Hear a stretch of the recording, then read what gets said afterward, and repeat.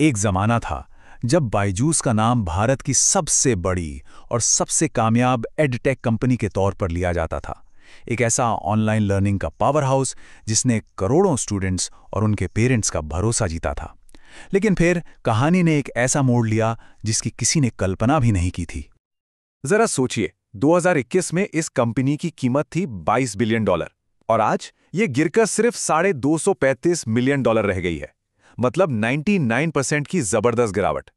एक इतना बड़ा साम्राज्य लगभग रातों रात ढह। तो सबसे बड़ा सवाल यही उठता है कि आखिर ये हुआ कैसे? एक कंपनी जो कामयाबी के शिखर पर थी, वो इतनी तेजी से जमीन पर कैसे आ गिरी? इस पूरी कहानी को समझने के लिए हमें थोड़ा पीछे इसकी शुरुआत में जाना होगा। तो चलिए शुरू से शुरू करते हैं। इस कहानी की जड़ें जुड़ी हैं इसके फाउंडर बाइजू रविंद्रन से। वो एक ऐसे टीचर थे जिनका पढ़ाने का अंदाज बिल्कुल अनोखा था और स्टूडेंट्स के बीच वो बहुत ही ज्यादा पॉपुलर थे। देखिए, 2006 में उन्होंने पढ़ाना शुरू किया और उनका तरीका इतना पसंद किया गया कि जल्दी ही वो बड़े बड़े ऑडिटोरियम में हजारों छात्रों को एक साथ पढ़ाने लगे। 2009 में बायजूस क्लासेस की नींव रखी गई और फिर 2015 में आया मोबाइल ऐप, जिसने सफर को एक नई रफ्तार दे दी। और देखते ही देखते 2018 तक बायजूस एक यूनिकॉर्न बन गया, यानी इसकी वैल्यूएशन $1 बिलियन को पार कर चुकी थी। और फिर आया एक ऐसा दौर जिसने बायजूस को एक लोकल हीरो से सीधा ग्लोबल पावर हाउस बना दिया। हम बात कर रहे हैं कोविड-19 महामारी की। याद है ना वो वक्त जब स्कूल कॉलेज सब बंद थे और ऑनलाइन एजुकेशन ही एकमात्र रास्ता बचा था। बायजूस के लिए ये एक सुनहरा मौका था।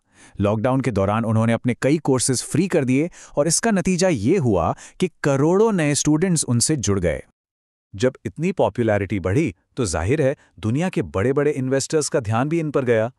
सिकोया और मार्क जुकरबर्ग की कंपनी जैसे बड़े नामों से भारी फंडिंग मिली और कंपनी की वैल्यूएशन आसमान छूने लगी और पहुंच गई अपने पीक पर $22 बिलियन। अब इतना पैसा आने के बाद बायजूस ने क्या किया? उन्होंने एक के बाद एक दूसरी एडटेक कंपनियों को खरीदना शुरू कर दिया। White hat junior, great learning और आकाश इंस्टीट्यूट जैसे बड़े बड़े नामों को खरीद लिया गया। ये मार्केट पर कब्जा करने की एक बहुत ही अग्रेसिव स्ट्रैटेजी थी।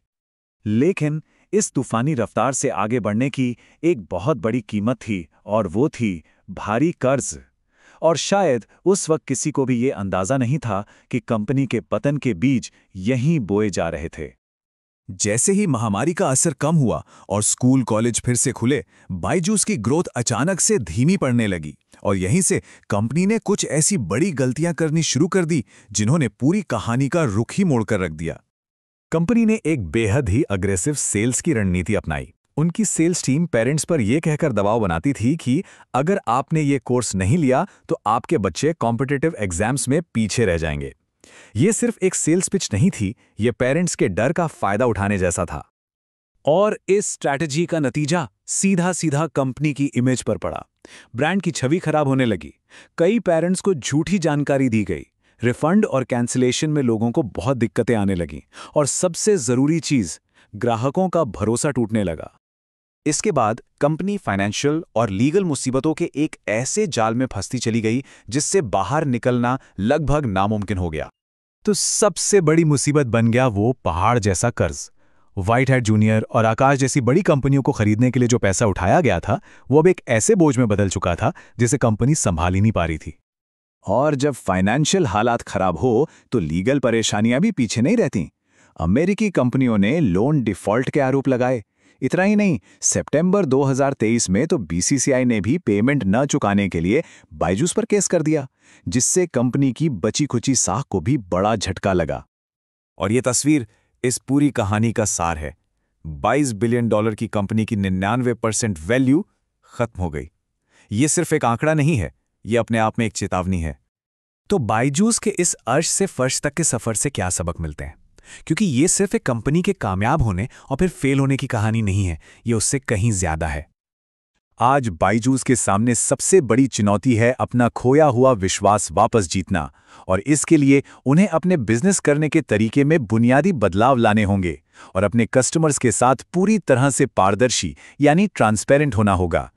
वे कहानी सभी नए स्टार्टअप्स के लिए एक बड़ी सीख की तरह है। पहली कि अग्रेसिव ग्रोथ से ज़्यादा ज़रूरी है ग्राहकों का भरोसा बनाना।